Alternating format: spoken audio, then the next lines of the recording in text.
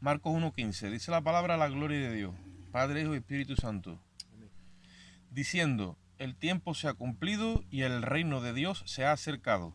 Arrepentíos y creed en el Evangelio. Amén.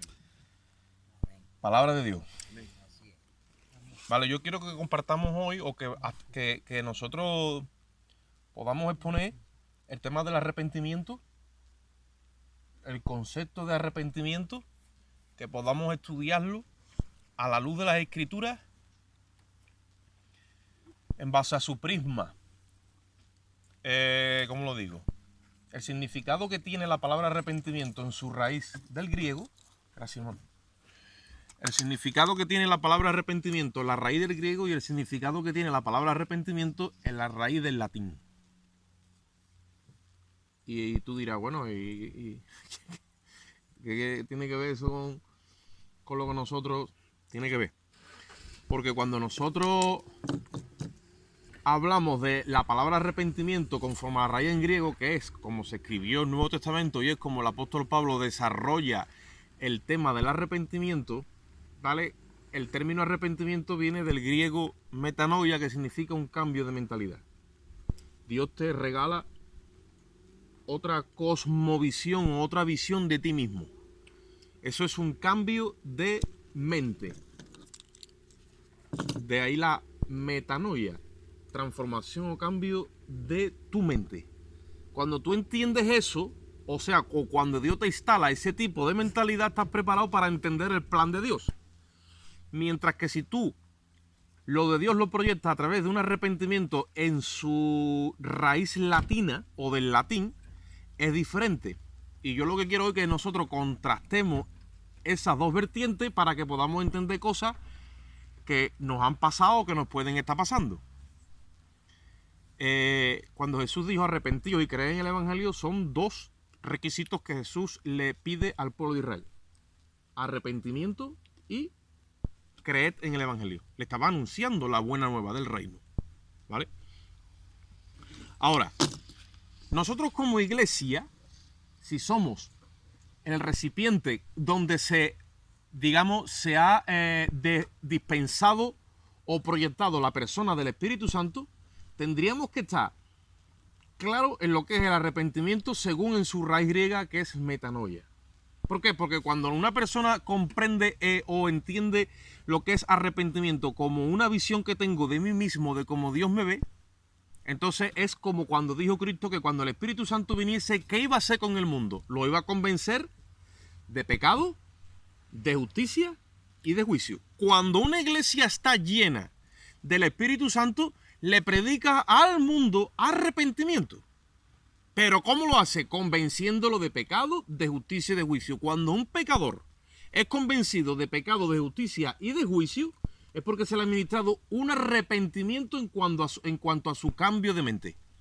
Ahora, cuando un pecador es ministrado en su raíz latina, es diferente. Os voy a explicar. Os he dicho que es el arrepentimiento, o la palabra arrepentimiento del griego, significa metanoia, cambio de mentalidad en cuanto a percibirse a sí mismo. Ahora, ¿qué es el arrepentimiento en cuanto al latín? Que yo lo llamo el arrepentimiento eclesiástico religioso. El otro es el arrepentimiento bíblico jurídico. En base a lo que es el arrepentimiento eclesiástico religioso viene del latín. Bueno, es más, nosotros la traducción que tenemos literalmente esta, nuestra Reina Valera, que muchos le han llegado a llamar la Reina Verdadera, porque si no es la Reina Valera no es la verdadera, ¿vale? El pueblo protestante tiene también mucho orgullo evangélico, dice uno, evangélico. ¿Qué va? Viene del latín, no viene del original. Caicedo de Reina la tradujo del latín, porque él era un fraile que servía, entre comillas, a Dios en el convento de Fray Isidro del Campo. O sea, tenemos también la primicia o el orgullo de decir que era un sevillano que la tradujo aquí al lado, donde estamos invitados al lado, al leito, ahí, pero la tradujo del latín porque la Iglesia Católica lo tenía en el latín, la codificó en el latín. Ustedes sabéis que cuando se ven cosas de la Iglesia Católica en latín, el pueblo, pues, todo era amén, ¿no? Espíritu Santo, amén. Bueno, De ese orden la tradujo Caicedo de Reina. Después la revisó Cipriano de Valera. ¿Vale? Entonces, es verdad que tiene errores. No errores para llevarnos a nosotros ahora a la condenación. Porque muchas cosas que son añadidas y demás, pues corrobora lo que la palabra de Dios dice. Ahora, si nosotros vamos a su raíz latina, la palabra arrepentimiento del latín es repara enitere. De ahí viene la raíz latina de arrepentimiento. Repara enitere. Entonces, si la descomponemos, tiene el prefijo re y el verbo paene. El prefijo re significa volver atrás. Y el verbo paene significa penuria, pena e insatisfacción. Entonces, con ese arrepentimiento nos hemos identificado nosotros más al tener una mentalidad religiosa. ¿Por qué? Porque cuando uno está arrepentido de sus pecados, no de su condición, sino de sus pecados, cuando uno se arrepiente de sus pecados, lo que uno quiere es como volver atrás a rectificar o que pudiera de alguna forma enmendar su error y tiene una pena interna en su corazón, ¿vale?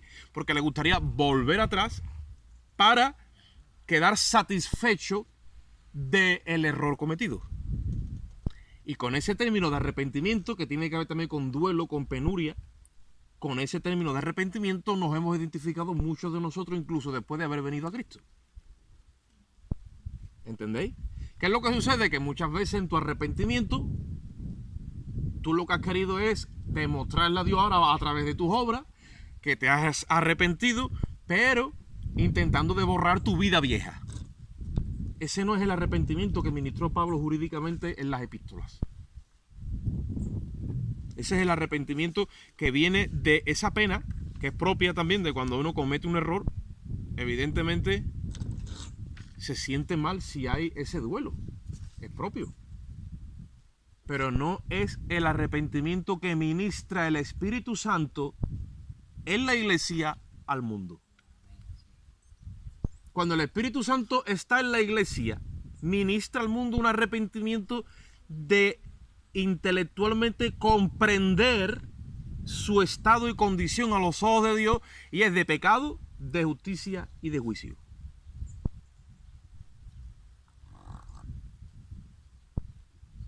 Tú vas a avanzar más cuando trates con una persona que no tiene a Cristo, haciéndole ver su condición a los ojos de Dios y su posición jurídica, su posición espiritual y su posición moral. Vas a avanzar más que intentando de decirle, mira, el Señor perdona todos tus pecados, consuélate, pero a partir de ahora no peques más.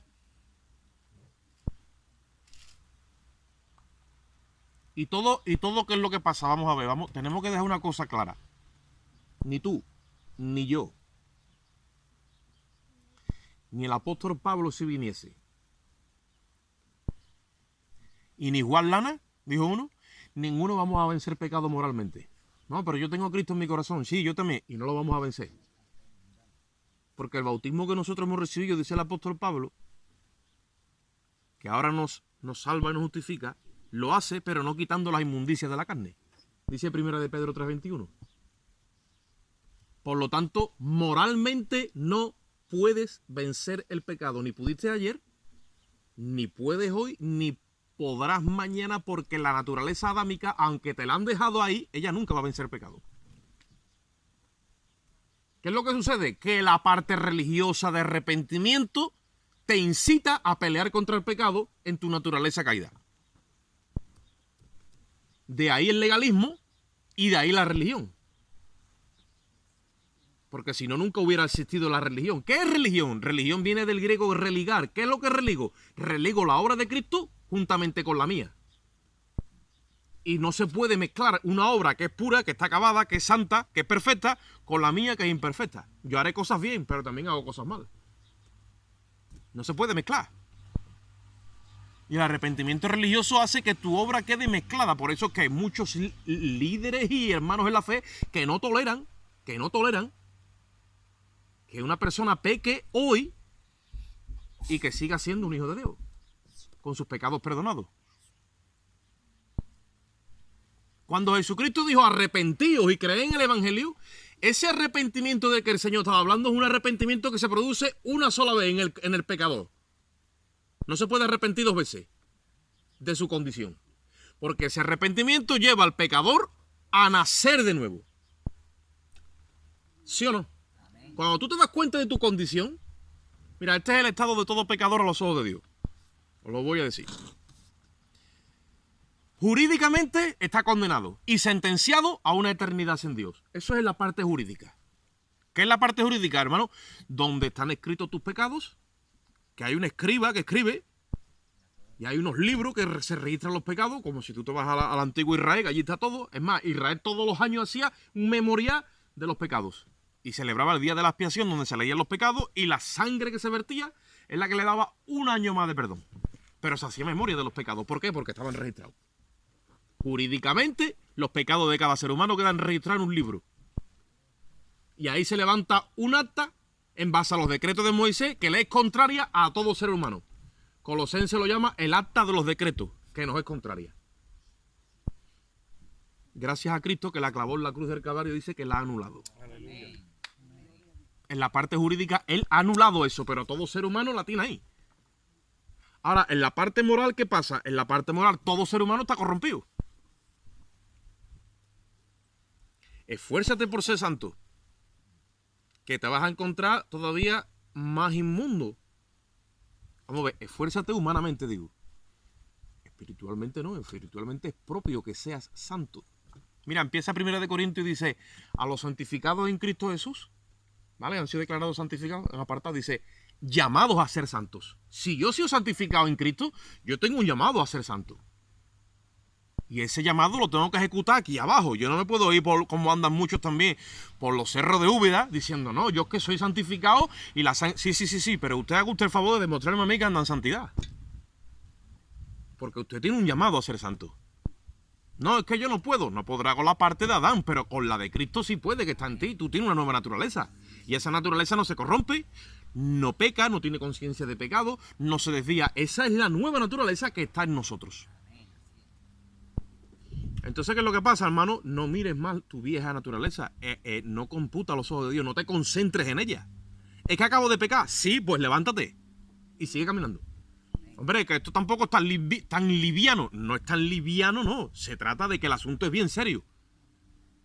Tan serio que Cristo murió por tus pecados. Pero yo no me puedo estar concentrando en mi pecado porque Él ya la ha disuelto y yo sigo caminando. Tú mira a un niño cuando está aprendiendo a andar y dile que se concentre en las veces que se cae. Él no echa cuenta de eso.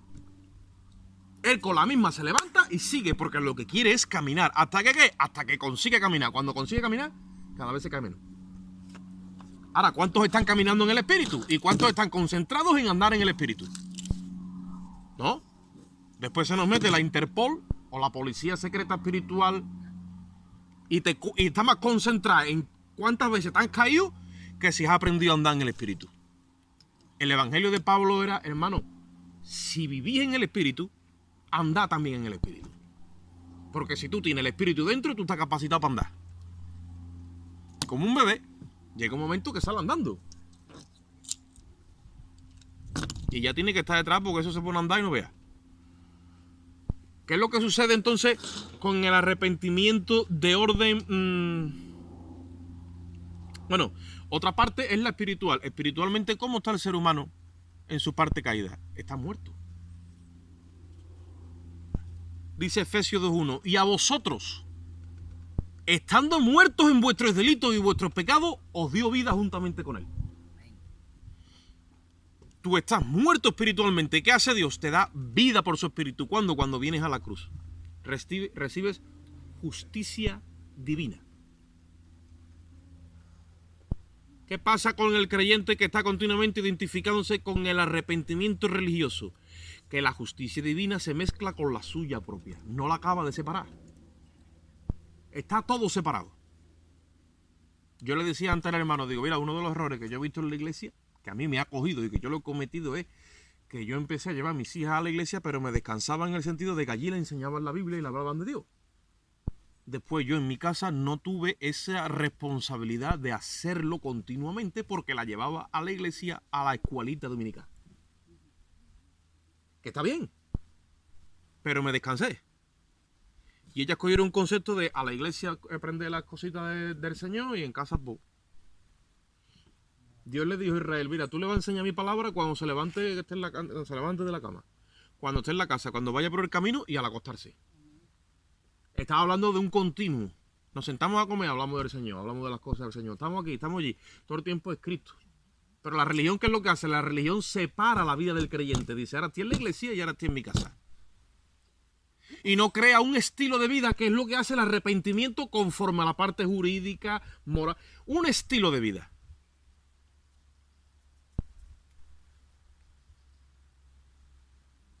Que es una vida nueva, que está escondida en Cristo. Por eso dice el apóstol Pedro, en cuanto a la pasada manera de vivir, despojad del viejo hombre y vestidos del nuevo, que está vestido conforme a Cristo. Porque habéis vivido de una forma vana y Dios quiere darte una santa manera de vivir, pero es un estilo, tiene que estar mezclado en toda mi vida. Y la vida, cuando la religión está metida, vamos con acelerones y con parada, porque esto no acaba de encajar. No acaba de encajar. ¿Qué dijo Cristo? Cuando el Espíritu Santo venga, va a convencer al mundo de pecado. Mira, si yo soy convencido de pecado y me he arrepentido una vez, en cuanto a mi condición de pecador, yo no me tengo que estar arrepintiendo todos los días. Mas, sin embargo, lo hago. ¿Por qué? Porque se me ha metido el prisma religioso. ¿Cómo yo puedo estar arrepintiéndome de un pecado que ya Cristo porque no me he identificado con la nueva creación que no tiene conciencia de pecado? ¿Y sabéis qué es lo que pasa? Que cuando una vida empieza a entrar en eso y empieza a absorber la vida de Cristo y empieza a entrar en ese conocimiento, se mete por ahí, los religiosos vienen y te empiezan a decir, ten cuidado, no abuses de la gracia, ¿eh? Y te empiezan a dar así, ten cuidado, no vaya a abusar de la gracia, ¿eh? No vaya a abusar de la gracia, ¿eh? Que te puede convertir en un libertino. Y te empiezan como a amenazar y a instigar. Porque si te sales de su jurisdicción, ellos ya no tienen parte y potestad en tu vida. Eso.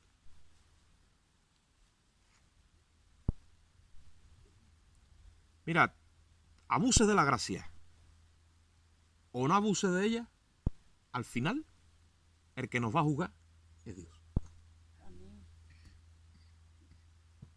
Y a todos se nos ha dado de beber de un mismo espíritu. Como Israel cuando salió de Egipto. Todos pasaron bajo la nube, dice. Y todos pasaron el mar. Y todos, porque Dios no es exclusivo, es inclusivo, todos. Cuando Dios hace algo, todos. Ahora dice, de los más de ellos no se agradó a Dios. Claro, porque ya cuando la responsabilidad o la actitud le queda al hombre de creer, no todos están dispuestos a creer que todo el mérito y toda la gloria es de Dios. Y se mete la religión y dice, hombre, pero espérate, yo también tendré algo que pintar aquí, ¿no? Yo he hablado con hermanos que me han dicho, pero ¿qué pasa? ¿Que yo no pinto nada aquí? Aquí todo es Dios y toda la gloria es de Dios. Digo, sí. Y se ha enfadado. Claro que se ha enfadado porque se le ha creado un orgullo religioso espiritual. Entonces uno le tiene que decir, pues enfádese usted. Pero la gloria es de Dios. Y si tú te miras bien adentro, te vas a dar cuenta de lo que tú eres. Yo tuve un pastor que cuando lo conocí al principio yo le decía, pastor, nosotros somos nuevas criaturas, somos real tesoro, somos plata escogida, y me miraba así con los ojos chicos y me decía, nosotros lo que somos unas buenas porquerías. Y yo, ¿cómo? Y me tiraba, no, pastor, pero nosotros, me decía así, ¿sabes? Hasta que le tuve que decir, ¿verdad? Es verdad, nosotros somos unos papas fritas. Pero es así. Es así. Ahora, ¿qué sucede con el arrepentimiento religioso? Mira, el arrepentimiento eclesiástico resalta tus errores.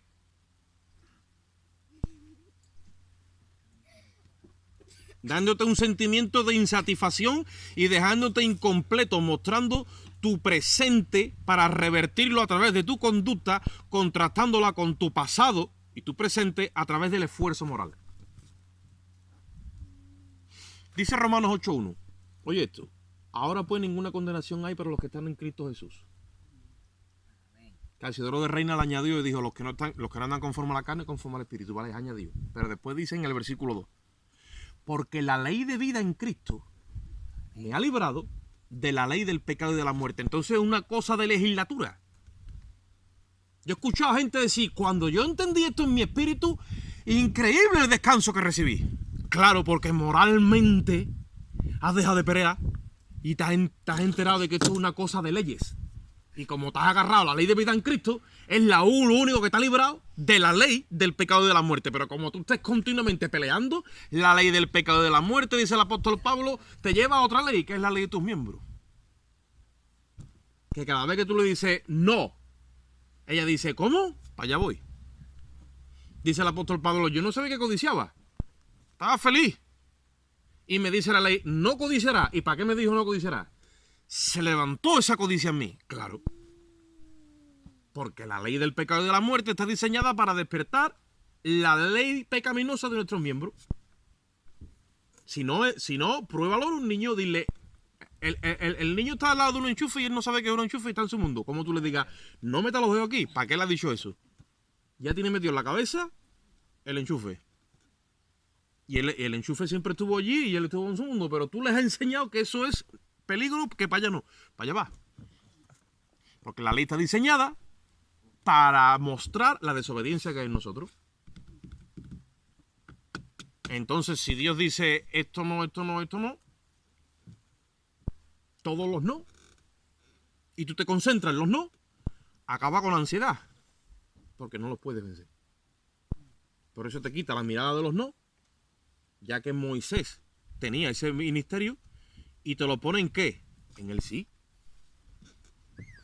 El único que te da el sí y el amén para poder hacer la voluntad de Dios es Cristo. Ahora tienes el Espíritu. Desarróllate en la naturaleza de Cristo. Desarróllate en la vida del Espíritu.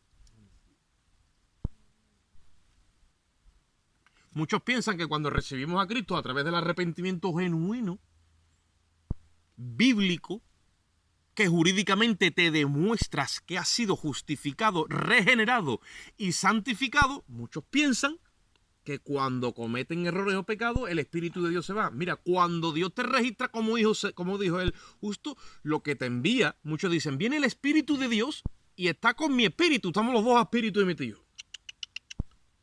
Dios te da un espíritu nuevo, pero no es el espíritu de él. Es un espíritu que ha cogido de Cristo resucitado, y ese espíritu es humano y divino a la vez. Es el espíritu del nuevo hombre, que solamente lo puede portar la iglesia de Jesucristo. Jesucristo es hombre y Dios a la misma vez resucitado y se quedará así por toda la eternidad. Y tiene un espíritu humano. Humano, perfecto. Ese es el espíritu que tú recibes. Por lo tanto, cuando tú cometes errores, el espíritu de Dios no se puede ir. Porque cuando tú fallas con tu alma, que es ese barro que tiene que ser educado por el espíritu que Dios te ha dado, que es perfecto.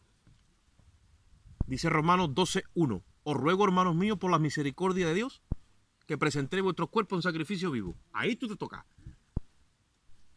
Que ese dice que es vuestro verdadero culto, no lo que estamos haciendo nosotros que hoy, que son 2 o 3 horas o un rato. Ese no es el verdadero culto, el culto racional, no. Es el estilo de vida. Tú pon tu cuerpo ahí. Y dices que comete errores, ponlo ahí en el barro.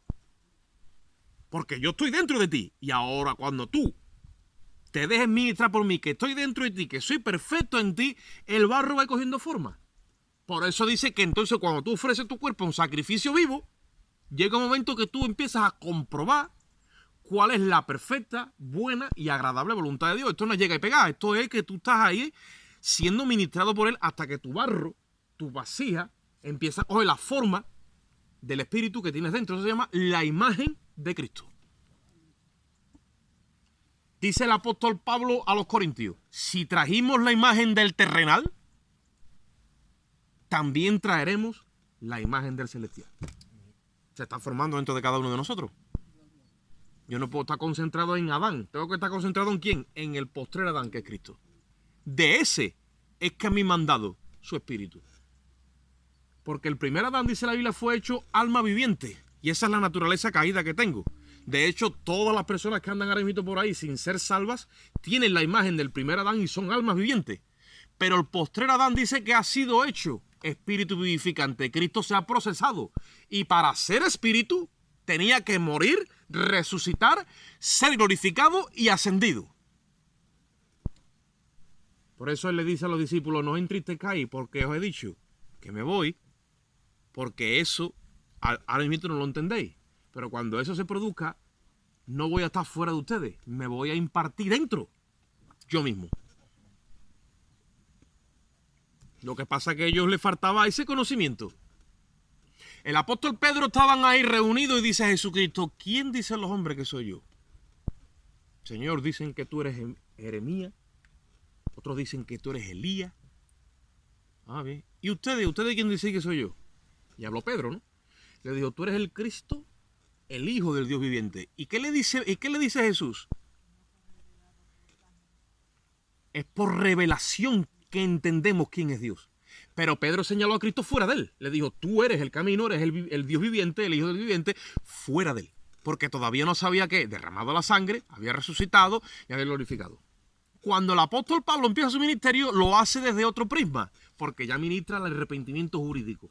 Y él dice, cuando a Dios le agradó, dice, que me tenía apartado del vientre de mi madre, revelar a su Hijo, dice, en mí. Ahora Pablo le está señalando, pero no como le señaló Pedro. Pedro le dijo, tú eres el Hijo del Dios viviente. Pablo dice, Él está en mí y está revelando a su Hijo en mí. Estaba adentro.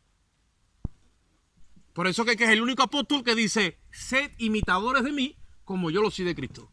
Porque yo estoy andando con el que resucitó entre los muertos. Ustedes habían andado con el que anduvo por la tierra de Palestina promoviendo su candidatura como aspirante a la corona de Israel. Por eso que una cosa es el evangelio del reino y otra cosa es el evangelio de la gracia. Y nosotros, si no nos fijamos y no tenemos bien esto claro y vamos profundizando en eso, entonces nunca, digamos, como que nunca llega a formarse en nosotros ese carácter. Mira.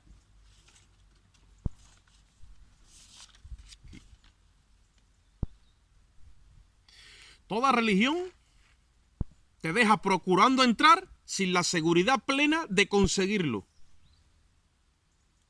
puesto que todo está sujeto a nuestro esfuerzo espiritual moral de cada día.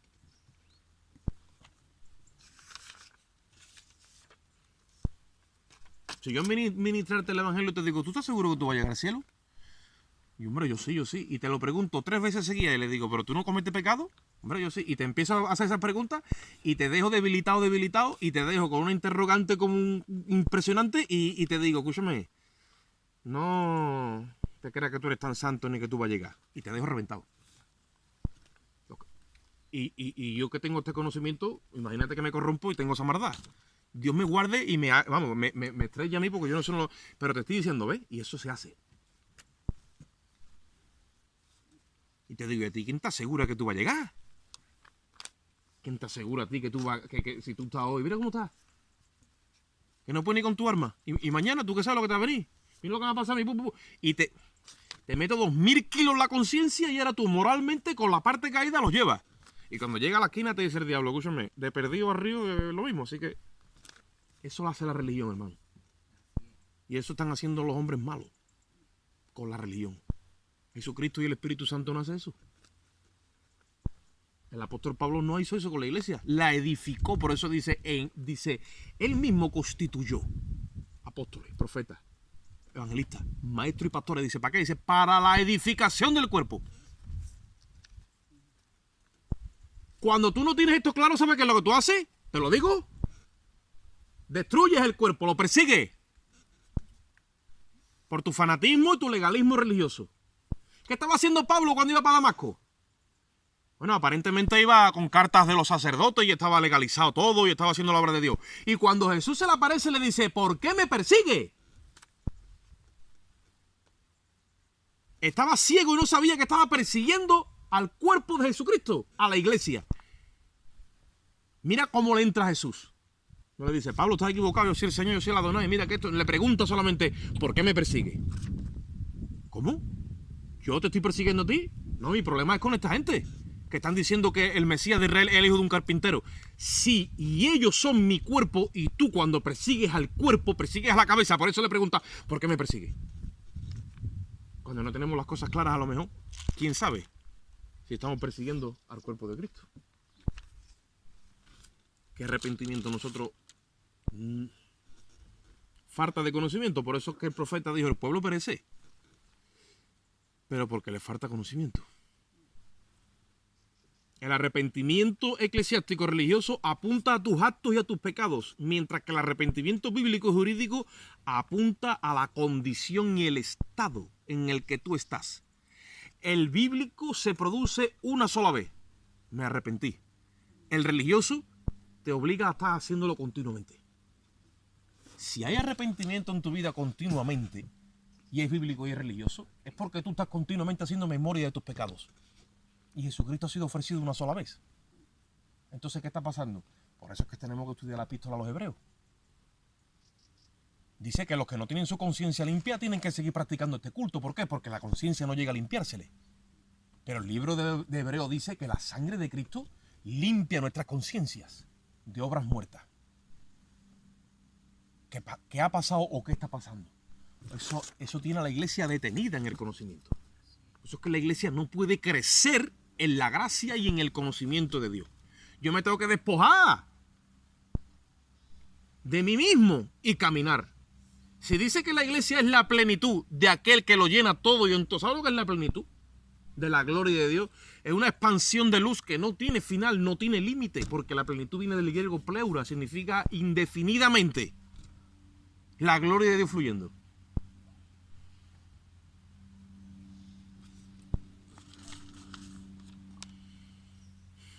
El arrepentimiento religioso eclesiástico ataca tu moral y te deja en una condición de siervo. Estás continuamente queriendo pagarle a Dios la deuda porque moralmente eres imperfecto. Mientras que el arrepentimiento bíblico jurídico ataca tu estado y te deja en una condición de hijo. Por eso dijo Cristo, el esclavo no se va a quedar para siempre en la casa, el hijo sí. Y el hijo, por muchos pecados que cometa, por muchos errores que cometa, no se ven. ¿Por qué? Porque es el hijo. Es el futuro anfitrión y el que va a heredar la visión, la herencia del padre. El esclavo siempre estará allí. El esclavo nunca compra con su trabajo su libertad. Por eso dijo Cristo, cuando hagáis lo que debierais, tenéis que decir, siervos inútiles somos. ¿Por qué? Porque hemos hecho lo que debemos hacer. El hijo no puede tener esa mentalidad. El hijo no tiene que moverse, tengo que hacer lo que debo. No, el hijo dice, tengo que ejecutar lo que Dios me ha dado para disfrutar y la herencia, que es gobernar y reinar en esta tierra por medio de la abundancia de la gracia y el don de la justicia. Si no se te queda la mentalidad de esclavo. Como un hermano dice, nos comportamos más como pecadores perdonados que como hijos justificados. Cuando yo tengo una mente religiosa y me pasa cualquier problema, cualquier situación, ¿qué prioridad tengo en mi vida? El problema, la situación. ¿Por qué? Porque nadie ha agrandado mi mente y me ha dicho que es algo espectacular, que yo soy un hijo de Dios. Que lo más grande que yo tengo es que yo he sido hecho un hijo de Dios. Y tú vas a oír a los hermanos, somos hijos de Dios.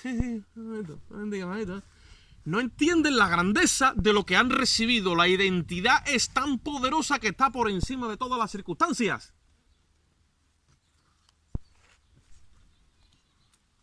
Como yo le digo a una persona de vez en cuando, dice, es que me duele aquí, digo, pero glorifícalo con tu dolor, porque lo grande es glorificar a Dios con tu dolor. Pero si el ser hijo de Dios y el poder glorificarlo, mira, nosotros estamos hoy aquí, en medio del campo, estamos adorando a Dios. ¿Cuántas personas aquí ahora mismo tienen el privilegio de adorar a Dios? Ahí hay miles de personas, sí, pero ninguno le puede adorar. ¿Sabe por qué? Porque no le ha sido otorgado ese privilegio. No pueden adorar a Dios, no tienen el Espíritu de Dios. No le ha sido otorgado ese privilegio. Ya pueden estar sanos, con la cuenta del banco engordada, ya puedan estar como quieran estar. No pueden adorar a Dios, están privados. A nosotros se nos ha concedido. ¿O no? Como dicen. el perdido, hasta que no tiene la revelación de su salvación, porque no llega a ese arrepentimiento genuino, no puede adorar a Dios. Adorará a todas las vírgenes que quiera, a todos los cristos, a todo lo que, pero no puede adorar a Dios. A Dios no puede adorarlo. Nosotros sí, con dolores sí, pero adorando a Dios. Con problemas sí, pero adorando a Dios. Si no un duro sí, pero es que no es eso, es que lo grande es que estoy adorando a Dios. Eso es lo grande. Eso es lo que tiene que coger cuerpo en nuestra mente y agrandarse. Y no se agranda. Porque no alimentamos esa identidad. El pecador perdonado sabe qué es lo que hace en el servicio a Dios. Trabajar para pagar la deuda. Por eso que nunca se siente completo. Porque la deuda del pecado es muerte eterna. Mientras que el hijo disfruta de la herencia. ¿Por qué? Porque alguien ha pagado por la deuda de su pecado, que es Cristo. Y tenemos una herencia, hermano, que recibir y que conquistar.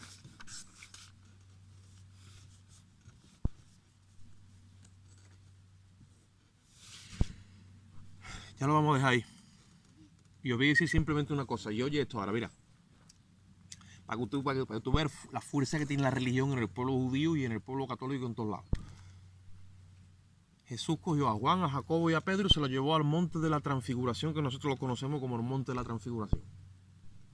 Y dice que allí se transfiguró, ¿no? Sus vestidos se hicieron blancos, resplandecientes, tipo de la gloria, de la resurrección, de la pureza, todo. Pero dice que se le aparecieron dos personajes al lado, uno a la izquierda y otro a la derecha, y dice literalmente, esto no es que fue Moisés y Elías, y Pedro lo discierne. Y dice, Señor, bueno es que estemos aquí porque Moisés, como Elías, mira, si hay alguien que en base a la justicia que demandaba la ley, hay alguien que los judíos idolatraran más, ese era Moisés. Y si hay alguien que en cuanto a los profetas, ellos lo tenían como más estima, era el profeta Elías, porque fue el que hizo la hazaña más grande de todos los profetas, que rectificó la fe de un pueblo torcido con 850 dirigentes, 400 de Aser y 400 de Baal, la tornó en un solo día, con un solo evento, a la fe genuina, el profeta Elías. Y dice que los dos están hablando con Jesús y se oye una voz del cielo que se dice allí en ese momento, que él la oye y dice, este es mi hijo amado, a él oí.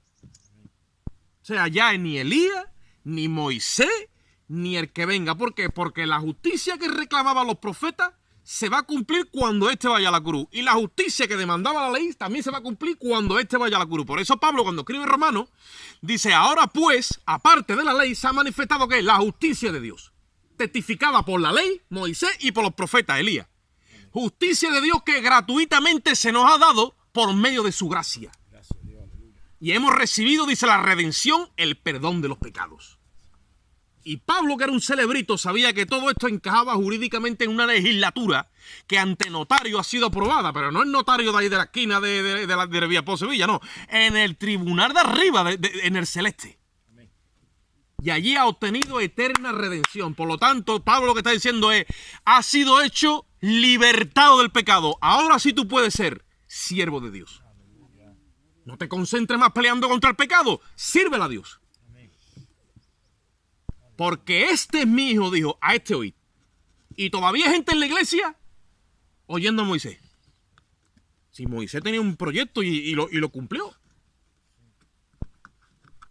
O idolatrando al profeta Elías, el profeta del fuego que llega y te lo pone todo muy bien. Pero eso es pura emoción y pan para hoy. ¿Y mañana qué hacemos? Ahora esto no. Este testamento ha sido abierto por la muerte del testador y el Espíritu Santo, cuando nos ilumina esta verdad, nos dice que Jesucristo ha muerto por nuestros pecados. Y si yo creo que Jesucristo ha muerto por mis pecados, te voy a decir una cosa, ese es el evangelio, como dice un hermano, ese es el evangelio genuino. ¿Por qué? Porque es muy buena noticia que Jesucristo ha muerto por mis pecados. Ahora, si me dice que ha muerto por los de hoy y por los de ayer, pero que por los de mañana no ha muerto, entonces no es tan buena noticia. El evangelio es buena noticia. No, ¿y qué vas a hacer tú ahora? Voy a caminar conforme a la justicia de Dios.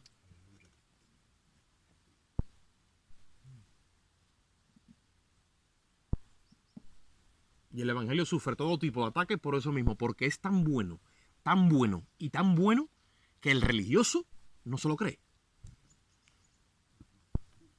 Es un regalo tan espectacular que el religioso no llega a creérselo y sabe qué es lo que hace, que como no se lo cree, no quiere que nadie vaya a creérselo.